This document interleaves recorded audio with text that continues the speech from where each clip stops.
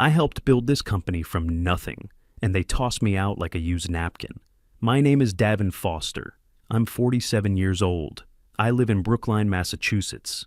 And until 9:03 a.m. on a random Tuesday, I was the Chief Operations Officer of Meridian Health Systems. That morning, I got a calendar invite marked Leadership Alignment, Urgent. No agenda, just a time, a room, and my name. I walked into the boardroom thinking maybe we were about to roll out a new org structure. Maybe Warren had finally greenlit the Cedarbrook deal. I wasn't nervous. Why would I be? I'd spent 15 years at Meridian, helped hire most of the people now sitting in that room. But something was off. The second I stepped in, everyone was already seated, silent, not a single handshake. Thomas barely looked up from his notepad. Craig, who I'd coached through his first acquisition, suddenly found the ceiling very interesting. Even Marcia wouldn't meet my eyes. And she'd hugged me when her dog died. Then I saw Warren Blackwood, CEO, leaning back like a man about to deliver bad news he'd already practiced in the mirror. "Davin," he said, folding his hands neatly on the table. "Thank you for coming. I'll be brief. Your services are no longer required." That was it, just like that. I froze. I think I actually forgot how to breathe for a second. My heart was pounding, but everything else, my hands, my feet, felt numb, like someone had knocked the wind out of me. "Excuse me?" I said. Warren didn't flinch. "We've made a leadership transition, effective immediately. Corey will be stepping into your role." At first I thought I'd misheard. Corey? His son-in-law?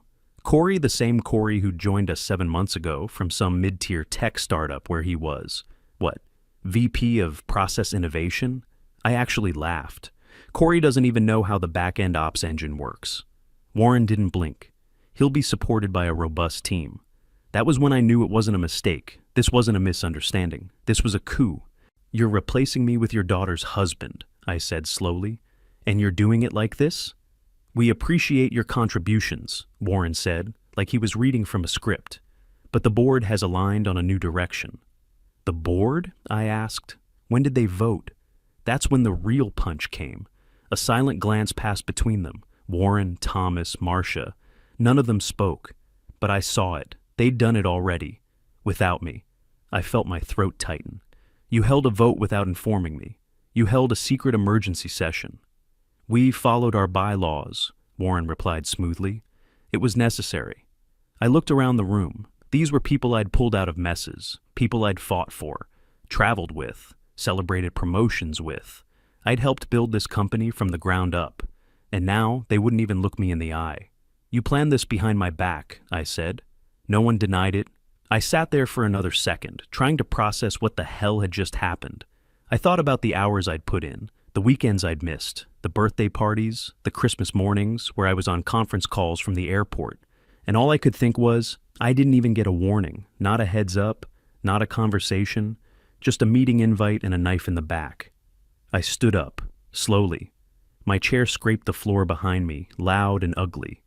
"I see," I said. Warren nodded like this was just another Tuesday. But it wasn't. It was the day everything changed. I gave up holidays, birthdays, a family life, and they sent 2 guys to watch me carry out a cardboard box. "When did the board vote on this?" I asked. I already knew the answer, but I wanted to see who would lie to my face. Nobody rushed to speak. Not Warren, not Craig, not Marcia. Then I looked at Thomas, our CFO. We'd shared goddamn hotel rooms in our startup days. He stared down at the table like it owed him something, studying his Mont Blanc pen like it might offer moral guidance. That was my answer. Warren slid an envelope across the table. "This is a generous package," he said. "We're not monsters." I didn't touch it. My eyes stayed on him. "I signed our first 5 major clients," I said, "before we even had a CRM or a billing system. Remember that?" Warren gave a small, insincere smile. "You've been instrumental." "Instrumental," I repeated. "You mean like when I flew to Chicago with a 101-degree fever to save that $6 million deal Corey couldn't even pronounce? You remember that too?" Warren shifted in his seat. "We're not here to rehash the past." "Of course not. The past didn't serve him anymore." I stood up. Not fast, not angry, just done. "You know what I remember?" I said, letting my voice rise a little. I remember sleeping in a hospital chair after a client's data breach. I remember driving 4 hours on Christmas morning to fix a server rollback because our vendor flaked.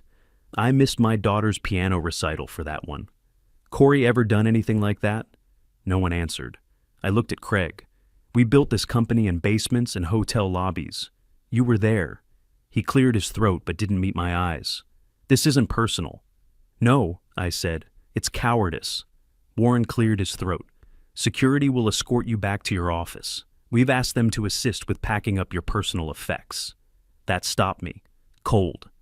I stared at him. Security? It's just a precaution, he said. A precaution, I repeated. After 15 years. I let out a breath, almost a laugh. You think I'm going to start flipping desks? I gave up my marriage for this job. I worked every Thanksgiving, and now I get babysat by rent-a-cops while I put my career in a damn cardboard box? Let's not make this harder than it needs to be, Warren said. I didn't answer. I just turned and walked out. As I moved through the glass hallway, past rows of people I'd mentored, coached, fought for, they wouldn't look at me. Every single head stayed down, suddenly very interested in Slack channels, spreadsheets, or the inside of their coffee mugs. I wasn't a man anymore. I was a warning sign. When I reached my office, 2 security guys were waiting outside. They didn't say a word, just followed me in while I pulled photos off shelves and dumped 15 years of life into a cheap folding box. That's when I heard the knock. Natalie, my assistant for 6 years, standing in the doorway with her eyes red. I just heard, she whispered. Yeah, I said quietly. It's been that kind of morning. She stepped in and closed the door behind her. They said it was about the Duclair acquisition, she said, voice breaking. That you mismanaged the integration strategy. That's what they're telling people now. I stopped packing. Duclair had been our biggest acquisition last year. The one I'd fought Warren on. The one I'd raised red flags about when their back end looked like it was held together with duct tape and prayer. You're kidding, I said. She shook her head. I heard Thomas say it outside the boardroom, that this was necessary, because you'd become a liability. A liability. I nodded once. Slow, just letting it settle. Listen, she said, blinking fast. I didn't know, I swear. I know, I said. She looked like she wanted to say more, but couldn't. Her voice cracked. I'm sorry. Me too, I said, lifting the box into my arms. And then I walked out, past the kitchen where we used to celebrate launches, past the framed company timeline I helped build, past the people pretending they'd never heard my name. No one stopped me. That was the moment I realized. I was never part of their future, just a tool they were done using. Getting fired opened a door I never thought I'd walk through. I was still numb when I left the building. Just me, a cardboard box, and 2 security guys pretending they weren't embarrassed to be there. I didn't cry, didn't yell, didn't even check my phone. I just drove. No destination. Just needed air. I pulled into a coffee shop I used to hit during late-night budgeting sessions. Sat there in the parking lot for 5 minutes before I even got out of the car. When I did, it was only because my phone finally buzzed. Natalie, she'd texted twice. Corey wants access to your files. He says he needs all your client contacts by EOD. I stared at the message, exhaling through my teeth. The guy had been in the COO seat for, 3 hours, and he was already looking to raid my playbook? I typed back, he can request them through IT like everyone else. Tell him I left him a note. Good luck pronouncing Kowalczyk Diagnostics. A minute later, she replied, I'm sorry. This whole thing is disgusting. I almost told her it was fine, but it wasn't. Not even close. I stepped inside and ordered a coffee I didn't want, then sat at a corner table and just stared at the window for a while. People walked by, normal people. People who didn't know that their legacy had just been yanked out from under them. And then, at 2:41 p.m., my phone rang. Unknown number, Boston area code. Hello? Davin Foster, a woman said, voice sharp, clean. This is Davin. This is Jocelyn Vega. My spine straightened. If you've worked in healthcare ops for more than a minute, you know the name. Jocelyn Vega, CEO of Silverline Medical. Ruthless negotiator. Built Silverline from a ragtag product shop into Meridian's biggest threat. Warren used to call her that vulture in a pantsuit. She was also smart, unshakably precise. The kind of person who took meetings in 10-minute blocks and never repeated herself. I heard about this morning, she said. Wanted to reach out. I didn't respond right away. I was still trying to figure out how she even got my number. I've been following your work for a while, she continued. Knew this day might come, didn't expect it this soon. I blinked. I appreciate the call. I'd like to meet, she said.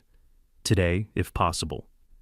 4 o'clock, Hotel Redmont, lounge upstairs. Just like that. Not a request, a directive. I hesitated. Every instinct in me screamed to say no. I was still spinning, still licking my wounds, still trying to make sense of how the people I'd worked with for 15 years could push me out like I was an old briefcase. But then, another part of me, the quieter, angrier part, spoke up. You're not tied to Meridian anymore. I checked the time. 07 p.m. I'll be there, I said. Good, Jocelyn replied. Come alone. She hung up before I could say another word.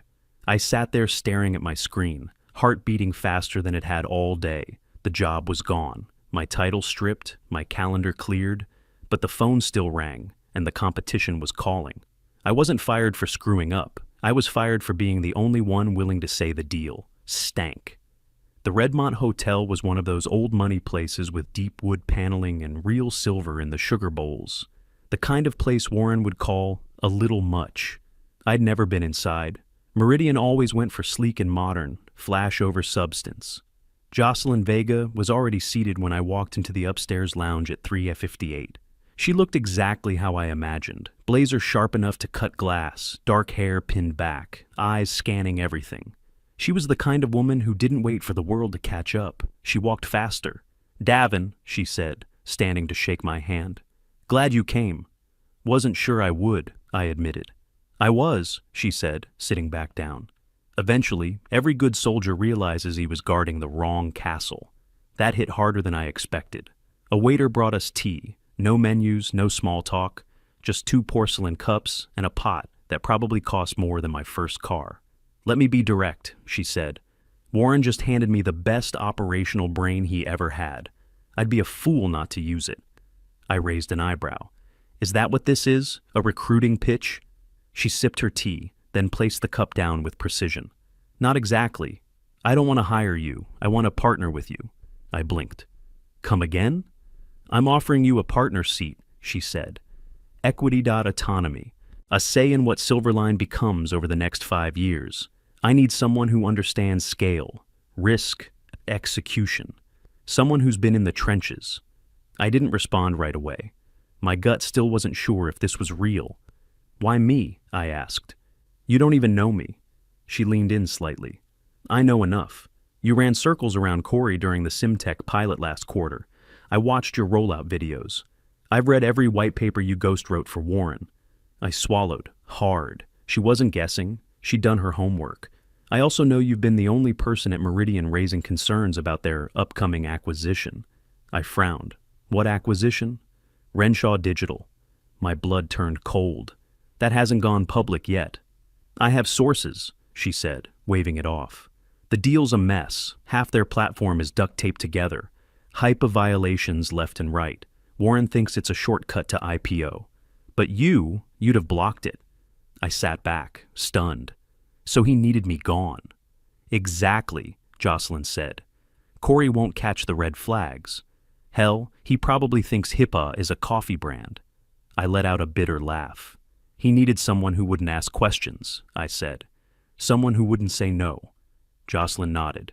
You weren't fired for failing. You were fired for being in the way. I rubbed my jaw. The pieces were falling into place faster than I could catch them. I should have seen it coming. No, she said. You shouldn't have. Loyalty blinds people like you. That stung more than I wanted to admit. You sure I'm even allowed to take this offer? I asked. I'm still under non-compete. She smiled for the first time. I've already read your contract, she said, 3 times. Your non-compete doesn't block you from consulting, doesn't stop you from building internal platforms. It just limits direct solicitation for 12 months. You don't need to break it, you just need to outthink it. I stared at her, heart pounding. This wasn't a lifeline, it was a rocket ship. You really think we can beat them? I asked. She didn't flinch. You already did. They just haven't realized it yet. The tea had gone cold by the time I stood up. Jocelyn extended her hand again. "When you're ready," she said, "you'll know where to find me." I shook it firmly, and for the first time in 24 hours, I felt something strange. Hope. I didn't need to steal Meridian's clients. They were already waiting for me to show up somewhere better. That night, I stood at Montrose Point, looking across the river at Meridian's headquarters. All that glass and steel lit up like nothing had changed. From the outside, it probably hadn't. Corey was probably sitting in my chair, spinning it like a kid who just found the grown-up desk. Maybe he even cracked open the onboarding doc I'd left behind and thought he was running the show. From where I stood, the building looked exactly the same, but I wasn't. The anger was still there, sure, but beneath it, something quieter had started to settle in. Clarity. For the first time in years, I wasn't tethered to anything. No board meetings, no late-night fire drills, no Warren. And that's when my phone rang. Dr. Erica Stein, head of partnerships at Cedarbrook Health. One of our largest clients, one of my clients. I almost let it go to voicemail. But something in my gut said, "Pick up." "Davin," she said. "I just got a call from Warren." I closed my eyes. "Let me guess. Reassuring you that Corey's the second coming of Steve Jobs?" She snorted. "He said Corey's taking over your portfolio, that things will be seamless." I didn't say anything. "I don't believe that," she said bluntly. "Not for a second." I stayed quiet. Let her talk. "You built our onboarding system from scratch," she said. "You helped our CTO design that EMR integration when Renshaw was dragging their feet. And yes, I know about the Renshaw deal. Everybody does. And if they're really putting Corey in charge of that mess, I can't imagine it ends well." I sat down on a bench facing the river. "Are you calling to ask if I'm going to sue them?" I asked, trying to keep the sarcasm in check. "No," she said. "I'm calling because if you ever do private consulting, I want to talk." I blinked. "You'd pull out of a Meridian renewal?" She didn't hesitate. "I'd put it on pause, at the very least. If you had a better option, Davin, I'd listen." I didn't respond. Couldn't. I just looked back at the Meridian building, all lit up like it still meant something. But it didn't, not really, because it wasn't the platform they trusted. It wasn't the brand, it wasn't the leadership. It was me. That hit me harder than anything had all week. I didn't need Meridian's blessing to build something great. I was the thing they had been banking on for 15 years, and they didn't even know it. I ended the call with Erica after promising I'd circle back soon. Then, at 6:43 the next morning, I sent a text to Jocelyn. "I'm in," she replied 30 seconds later. "Welcome aboard, let's make some noise." The funny part? I didn't even feel like I was betraying anyone. Meridian had already shown me the door. All I did was walk through it, and apparently half their clients were waiting on the other side. My first consulting project? Helping Cedarbrook renegotiate a contract I'd written the original playbook for. It wasn't revenge. It was redemption. I didn't need to pull Meridian down. I just stopped holding them up. Jocelyn didn't waste time. The Monday after I said yes, I was walking through the doors of Silverline's Cambridge branch. 5th floor, corner office, direct view of the Charles River. And right across the water, in plain sight, was the Meridian building. I couldn't have drawn it better if I tried. "This is symbolic, right?" I asked the receptionist as she handed me my badge. She smiled like she knew exactly what I meant. The office was different from Meridian's. Less Polish, more purpose. Engineers talked in clusters. No flashy art or branded buzzwords on the walls. Just ideas being built in real time. Jocelyn gave me full rein. She didn't ask for daily reports or progress decks. She just said, "Show me something better than what they let you build." So I did. First, I called 3 analysts I knew were already on the edge at Meridian: James, Rita, and Alejandra. Each one had pulled me aside in the last year, saying the same thing: "This place doesn't listen." The moment I told them what I was working on, they didn't hesitate. They were ready. Officially, they gave 2 weeks' notice. Unofficially, they started working on prototypes with me that same weekend. We rebuilt the client service model I'd been pitching to Warren for the last 5 years. The one he always said was too ambitious. A fully modular, compliance-first operations engine that flexed by hospital size and budget. We didn't have red tape. We had ideas, and now we had freedom. And it clicked. Asked. Within 3 weeks, 2 hospitals I'd been chasing for years, Roosevelt Medical in Jersey and Midstate Health in Vermont, reached out to me. They weren't angry, just curious. "We heard you're doing something new," one exec said on a Zoom call. "Something that doesn't require a dictionary to understand and 2 months to implement." I smiled and sent over our new onboarding doc. 5 pages, plain English, full transparency. They signed within 10 days. Now, I wasn't even trying to poach Meridian's clients. I stuck to the letter of my non-solicitation agreement. No direct calls, no email blasts. I didn't reach out. They came to me. Meanwhile, Meridian was starting to wobble. Natalie texted late one night, "Just overheard something in the kitchen, Brookview's pulling out, CFO's in full meltdown. Corey looks like he aged 10 years in a week." I didn't respond right away, just stared at the screen for a bit.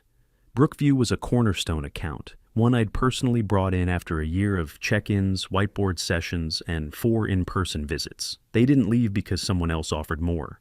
They left because I wasn't there to fix what came next. 1 week later, something even more surreal happened. I got a message through Silverline's contact form from Cedarbrook Health. Specifically, their operations team. The subject line read, "Platform Evaluation Request, Meridian Partnership."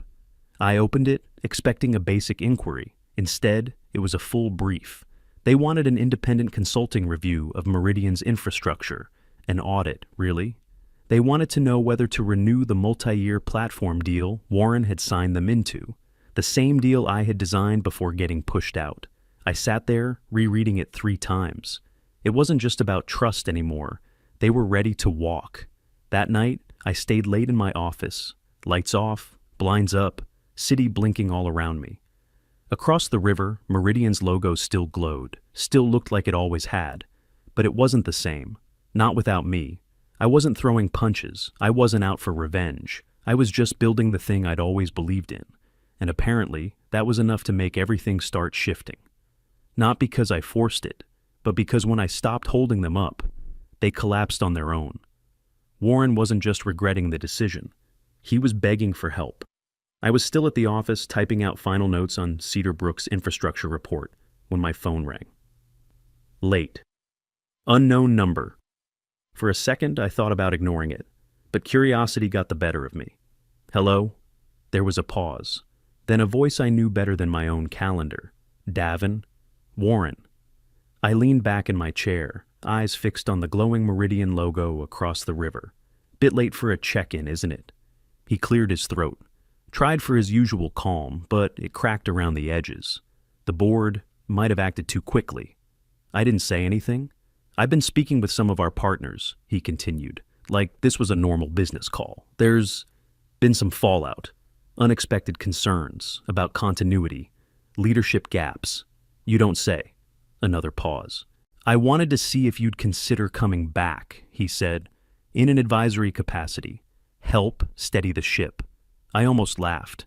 Not because it was funny, but because it was so incredibly Warren. Dress up a white flag like a formal invitation. "And would this role," I asked, "come with Corey reporting to me?" That hit. I could practically hear him blink. He's still involved, but we're reviewing." "So no." Silence. "I'm prepared to match any offer," he said finally. "Silverline, whoever. Whatever they're paying, we'll match it or beat it." It would have been flattering if it weren't pathetic. I kept my voice level. "It was never about the money, Warren. It was about respect. And you lost that the second you slid that envelope across the table like I was some vendor who missed a deadline. I did what I thought was best." "No," I cut in. "You did what was easiest. You removed the one person who would have told you Renshaw was radioactive. And now, guess what? It's leaking." He started to say something, but I ended the call. I didn't slam the phone down, didn't cuss or rant. I just sat there, watching his company's building blink in the dark like it still had something to say. 5 minutes later, my inbox pinged. Subject, private from Thomas McBride. Our old CFO, the same guy who couldn't meet my eyes the morning I got canned. "Davin, I know I don't have the right to ask for anything, but you deserve to know the truth. I've attached the board minutes from the session held the night before your termination. You weren't even invited. They already had Corey's appointment written into the proposal. For what it's worth, I didn't vote in favor. I should have said something then. I'm saying it now. There it was. Black and white. The full transcript. Warren calling the session. Corey's name on the short list. My objections mentioned, mocked even. One board member called me a process relic. I read it once, then again, and then I smiled. It wasn't just regret anymore. Now it was proof. They didn't lose because I sabotaged them. They lost because I stopped protecting them. The Cedarbrook contract came through at 10:12 on a Thursday morning. I remember the time because I was on a call with one of our analysts, sketching out a rollout plan for Midstate Health, when my phone lit up with a message from Erica. We're in, 5-year deal, total value, $255 million first payment processes, Monday. I stared at the screen, then stood up and walked to the window. Across the river, Meridian's building looked the same, still tall, still smug, still pretending like nothing was collapsing from the inside out. But they'd just lost a $51 million a year contract. And for the first time in my life, I didn't feel the urge to fix it. Jocelyn walked into my office 2 minutes later. Got the news, she said, holding up her phone. Pop the champagne or order more ammo? I smiled. Why not both? We went to dinner that night. Nothing flashy, just a steakhouse near Harvard Square where no one cared about last names or company titles. We sat in a quiet booth and toasted to corrections of injustice. You know, she said, topping off our glasses, when I offered you that partner seat, I knew you'd be good. But this is clinical. I shrugged. Turns out when you stop fighting upstream, you move faster. Over the next week, it snowballed. First came 2 hospital networks I'd worked with during my final years at Meridian, Red Oak and Gilmore Health Systems. Both reached out, unprompted. We heard about the new platform, one rep said. We've been meaning to rethink our contract situation. What they meant was, we trusted you, and now we don't trust Meridian. By then, the fallout from the Cedarbrook switch was already public. Industry blogs picked it up. Finance wires noticed the stock drop, 18% in 48 hours. Then came whispers of compliance problems at Renshaw. Then full-on reporting. By Monday, HIPAA ran an article titled, Meridian's acquisition, Gamble may have just imploded. The best part? The report quoted a former executive who warned about the risks months earlier. They didn't name me, but I didn't have to read between the lines. The HIPAA violations were bad. Real bad. Renshaw had stored patient metadata on overseas servers, some anonymized, some not. Corey hadn't flagged a single red flag because, frankly, he didn't know what one looked like. Natalie texted later that week. Board called an emergency session. Warren's out. Corey too. Crisis team incoming. I stared at the message for a while, then typed, hope they kept the envelope. I was halfway through typing another response when my inbox pinged again. It was from someone I hadn't heard from in months, a former VP at Meridian. Attached was a short message and one brutal PDF, a leaked internal memo outlining the real reason for my removal. The words hit like a slap. Primary risk identified. Foster's likely resistance to Renshaw integration due to overemphasis on compliance. There it was. They hadn't fired me for underperformance. They fired me because I would have stopped them from making the exact mistake that was now blowing up in their face. I forwarded the file to Jocelyn without comment. She replied 5 minutes later, this is the cherry on the sundae. Let it leak. Let them eat it. I didn't have to say yes. She knew I wouldn't stop it. Within 24 hours, industry insiders were passing around the PDF like it was the Zapruder film. One consultant posted a screenshot on LinkedIn with the caption, imagine firing the one guy who knew what the breaks were for. By Friday, 3 other clients had called me personally to discuss evaluation opportunities. I didn't have to badmouth Meridian, they did it themselves. That night, as I left the office, the receptionist handed me a folded note. Handwritten, Das Natalie. Just wanted you to know, I turned in my notice. Couldn't do it anymore. I'll land on my feet. You already did. I read it twice, folded it back up, and slipped it into my coat pocket. It wasn't about revenge. Not really. It was about something simpler. letting the truth come out. Cold, unrushed. Just like justice should be, they thought firing me ended my story. It just gave me permission to write a better one. Meridian was unraveling faster than anyone expected. First came the headlines. CEO and COO ousted amid compliance scandal. Then the investor flight. Within 2 months, their valuation had dropped by a third. Big-name clients walked quietly. Some even scrubbed the Meridian logo from their sites before the ink dried on the termination papers. I wasn't watching with a smirk. Not anymore. By then, I was too busy. Silverline had handed me the reins to build something more than just a consulting practice. I launched a second arm, focused entirely on operational compliance. We called it ClearPath.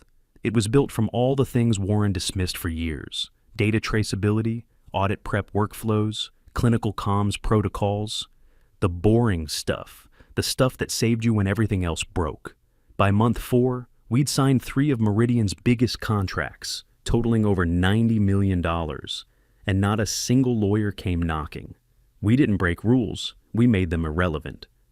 Jocelyn flew in from New York one weekend just to walk the halls with me. She said the quiet part out loud as we passed the conference room. This isn't a rebound, this is a regime change. I didn't argue. Our systems were leaner, our support tighter, and our delivery times 3 times faster than Meridian's ever were. But none of that was what really stuck. It was the name. One day, I walked into a meeting with a potential hospital client, big private network down in Connecticut. They'd been evaluating several vendors. When I introduced myself, their CIO raised an eyebrow. "You're David Foster," he said. "As in the David Protocol?" I paused. "I don't know what you mean." He chuckled. "That's what some folks in the industry are calling Silverline's new service architecture, the one that flipped Cedarbrook and Brookview in the same quarter." I blinked. I hadn't heard that. Not officially. Not from anyone I worked with. But it was spreading. They were calling it mine. I didn't correct him.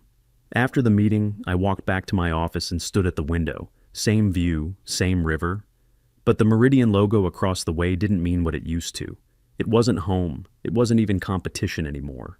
It was a cautionary tale. I stayed there a while, thinking about everything that had happened, about the boardroom on that Tuesday morning, about the cardboard box, about Corey trying to act like a leader because someone handed him a title he never earned. They'd thought I was just a cog, a legacy piece to be swapped out. But the legacy wasn't the building. It was me.